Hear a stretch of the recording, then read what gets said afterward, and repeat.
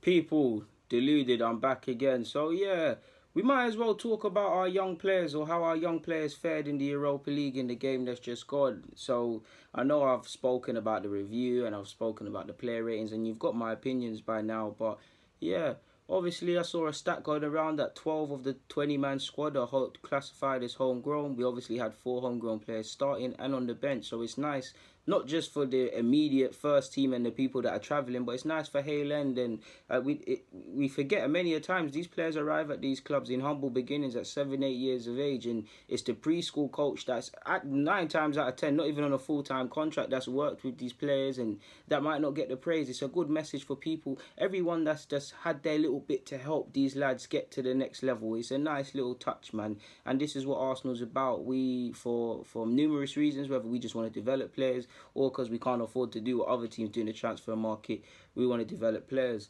So we'll start off with Eddie. Now, I feel application, work ethic, it was all there. I felt he worked his arse off today. I felt the runs he made was not being given any real justice by his teammates. He weren't being found. I did feel by the same token at times trying a bit too hard, and that led to probably him making the wrong decisions and poor taking of chances, because there was a couple opportunities that I will classify as Eddie Nkietah finishes, in that I'll close my eyes and he would have a brace, but he never had that. But the work ethic was there. He played well with his back to goal and he showed good strength, but at the same time I feel he had better joy on the flanks where he had time to receive it and then drive at people and play neat 1-2s like you saw in the build up to the first goal, or like you saw him do in the second half. Like, the majority of his chances came when he was linking up with our fullbacks or drifting in, and he's got real good movement. Probably needs to, he's shown he can beat a man 1v1, but probably can improve in that. There was a couple incidences I was thinking, Eddie, drive, get a shot off for yourself, and maybe it's nerves, maybe it's something else, but he didn't. But he had a good game, man, and I feel a couple of the opportunities that was being given to Emile for his second and Joe Willock for when he didn't find Eddie, I was thinking, why can't one of these chances just fall to him, man? Really would love him to score a goal, because I love the lad. I feel he's done enough to be involved a lot more in pre-season in the season than he has done already. But like I said at the start, I'm not Unai Emery. I'm not seeing what he's seeing in training every day, and we have to concede it to that. So Eddie, I think Eddie played a very good performance today, man. And if he's not going to be given suitable game time now, between now and the end of the season, again, between now and the start of next season, you'd like to think him and Joe Willock, the next step is going out on loan, because under 23s is not a challenge anymore, really. Eddie's bagging mad goals at that level, and Joe Willock, if he's not scoring, is putting in convincing performances when you watch the games or the highlights. Like even what was that game? I done the review. Was it Cheltenham? Was it Cheltenham or was it, who is it? I think it was Forest Green. Like, some of the stuff that Joe Willock was doing that game, the skills, you're thinking he needs to play at a high level where, yeah, you want to see him do that skill and you want to see him pay it off, but where someone might just clear him out, take him out, so he has to be smarter and think, let me do that quicker or let me get my head up, sort of thing. So there's him.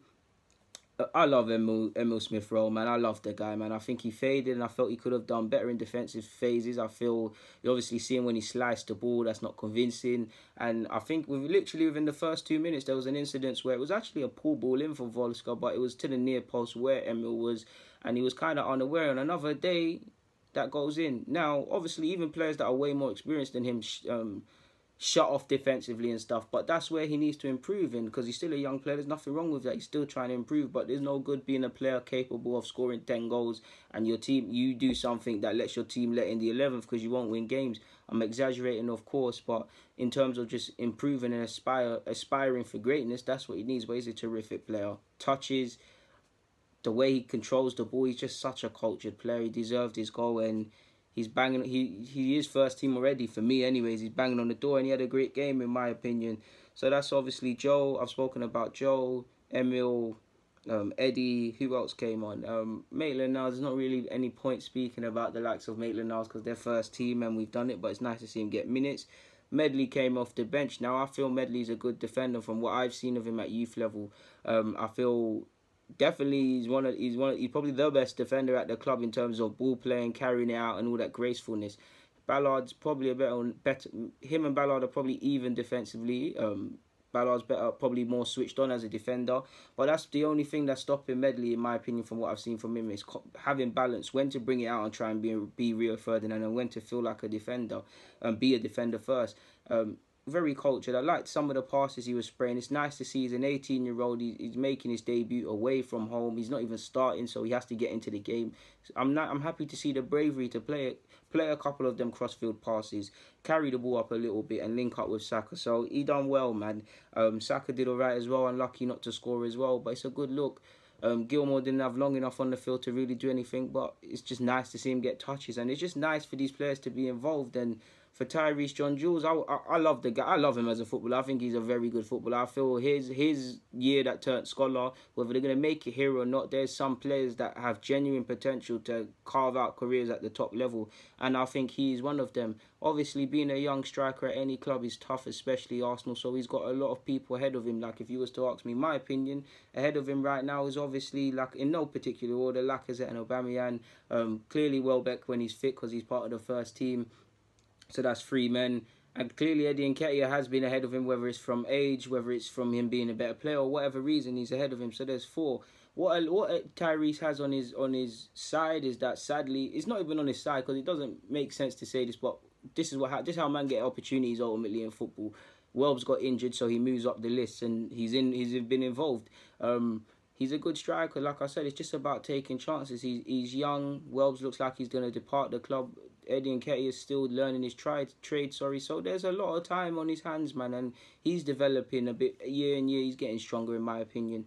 And although he didn't come off the bench, ultimately you got to look at it like this. I'm so sure on Monday some of the ones that even played against Derby away at Loughborough's University. On Thursday, they're flying with the first team, doing what they've all been dreaming of doing since 7 years of age. Obviously, the dream isn't fully there yet, and they're not there, but they should take a lot of even the ones that, not just him, Thompson as well, all these ones that weren't involved, should look at it as that I'm at least in the coaching staff's thoughts. They're thinking of me, whether it's me training with the first team or flying away. At some capacity, they're thinking of me. So if I keep it up at under 23 level, if I keep trying to impress in the way I carry myself and train, even when I think people are not looking, then I'll probably get my chance. So it's a good look, man. I know a lot of these academy footballers at Arsenal and other clubs secretly, they must think, am I ever going to get a chance and become demotivated?